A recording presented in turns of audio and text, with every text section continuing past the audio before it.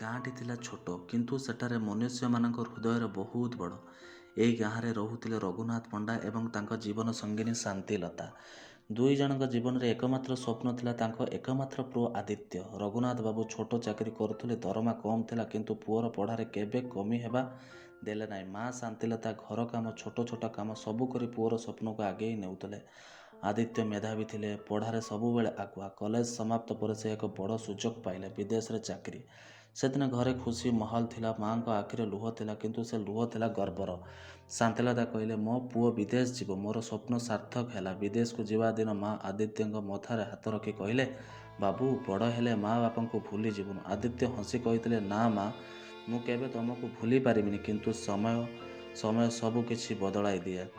ବିଦେଶର ଆଲୋକ ଓ ଘରର ଛାୟା। ବିଦେଶର ଆଦିତ୍ୟଙ୍କ ଜୀବନ ଧରଣୀରେ ବଦଳିଗଲା। ବଡ଼ ବିଲ୍ଡିଂ, ଚକାଚକ ରାସ୍ତା, ଉଚ୍ଚ ଦରମା ଏସବୁକୁ ତାଙ୍କୁ ଆକର୍ଷିତ କଲା। ପ୍ରଥମ କିଛି ମାସ ସେ ନିୟମିତ ଫୋନ୍ କରୁଥିଲେ। ମା ପଚାରୁଥିଲେ, ବାବୁ ଖାଇଲୁ କି? ସ୍ୱାସ୍ଥ୍ୟ ଦେଖ, ବେଶୀ କାମ କରନି। କିନ୍ତୁ ଧୀରେ ଧୀରେ ଫୋନ୍ କମିଗଲା। ଘରେ ମେସେଜ ଓ ତାପରେ କେବଳ ଗୋଟିଏ ଶବ୍ଦ, ବ୍ୟସ୍ତ। ମା ଏବଂ ମିଟିଂ ଅଛି, ବାପା ପରେ କଥା ହେବି, ମୁଁ ବ୍ୟସ୍ତ ଅଛି। କିନ୍ତୁ ଏହିପରି କେବେ ଆସୁନଥିଲା। ଗାଁର ଘରଟି ଧୀରେ ଧୀରେ ଶୂନ୍ୟ ହୋଇଗଲା। ମା ପ୍ରତିଦିନ ଫୋନ୍ ଦେଖି ବସୁଥିଲେ, ଆଜି ସାୟଦ ଡାକିବ। ବାପା ଚୁପ୍ଚାପ୍ ହୋଇଗଲେ। ବର୍ଷ ପରେ ବର୍ଷ କଟିଗଲା। ଆଦିତ୍ୟ ଗାଁକୁ ଆସିଲା ନାହିଁ। କାମ ଅଛି, ଏହା ହେଉଥିଲା ପ୍ରତ୍ୟେକ ଉତ୍ତର। ଭାଙ୍ଗୁଥିବା ସମୟ। ଏକ ଦିନ ହଠାତ୍ ଆଦିତ୍ୟଙ୍କ ଅଫିସରେ ଫୋନ୍ ଆସିଲା। ଅଜଣା ନମ୍ବର। ଆପଣ ଆଦିତ୍ୟ ପଣ୍ଡା? ହଁ, ମୁଁ ଆପଣଙ୍କ ଗାଁରୁ କହୁଛି। ଆପଣଙ୍କ ବାପା ଗୁରୁତର ଅସୁସ୍ଥ।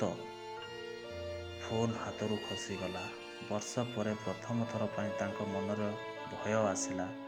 ସେ ତୁରନ୍ତ ଭାରତ ଫେରିଲେ।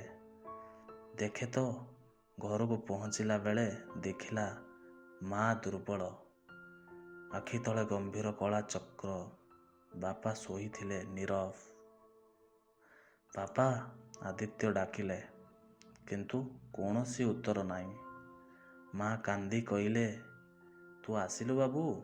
ତୋ ବାପା ଗତକାଲି। ସେ ମୁହୂର୍ତ୍ତରେ ସମସ୍ତେ ସଫଳତା, ସମସ୍ତଙ୍କ ଟଙ୍କା ନିରର୍ଥକ ଲାଗିଲା। ବାପାଙ୍କ ମୃତ୍ୟୁ ମୁହଁକୁ ଦେଖି ଆଦିତ୍ୟ ଭାଙ୍ଗି ପଡ଼ିଲା। ମୁଁ ଆସିଲି ନାହିଁ, ମୁଁ ଫୋନ୍ କଲି ନାହିଁ, ମୁଁ ଭୁଲ କଲି।